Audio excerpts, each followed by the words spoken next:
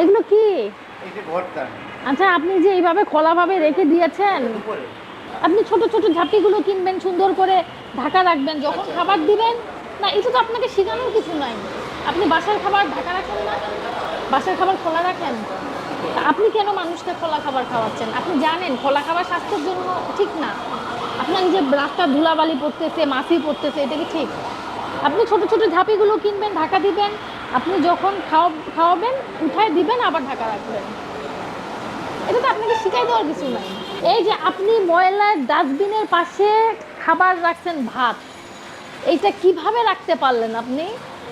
এখানে মানুষের এঁঠো খাবার হইতে শুরু করে সমস্ত ময়লা আপনি ফেলতেছেন। যখন ফেলতেছে, ছিটকে খাবারের উপর পড়তেছে। এখানে মূল্য তালিকা পাওয়া যায়নি, যেটা 1 বছর কারাদণ্ড, 50,000 টাকা জরিমানার বিধান আছে। একজন ব্যক্তি এসে আপনার খাবার মূল্য তালিকা দেখবে, তারপরে খাবার গ্রহণ করবে। ঠিক আছে। দ্বিতীয়ত হচ্ছে যে অবৈধ প্রক্রিয়া পণ্য উৎপাদন বা প্রক্রিয়াকরণ।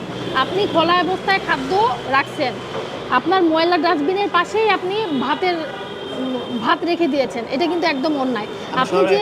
আপনি যে মশলাগুলো কৌটাগুলো রাখছেন, একটারও ঢাকনা নাই, আপনি ঢাকনা দেখাইতে পারেননি। আপনি ওই খোলা মশলাগুলোই আবার খাবারে ব্যবহার করছেন। আপনার এই জন্য 2 লক্ষ টাকার 2 বছরের কারাদণ্ড, 1 লক্ষ টাকা জরিমানার বিধান আছে। এগুলো সম্পর্কে আপনি জানেন, আমরা বহুবার অভিযান করেছি, বহুবার আমরা এই বিষয়ে জানাইছি আপনাদের। এই বিষয়ে আপনি সচেতন হচ্ছেন না। আপনাকে আজকে সচেতন, আবারও বলছি, 10,000 টাকা জরিমানা করলাম, এরপর না হলে বন্ধ করে দেবো।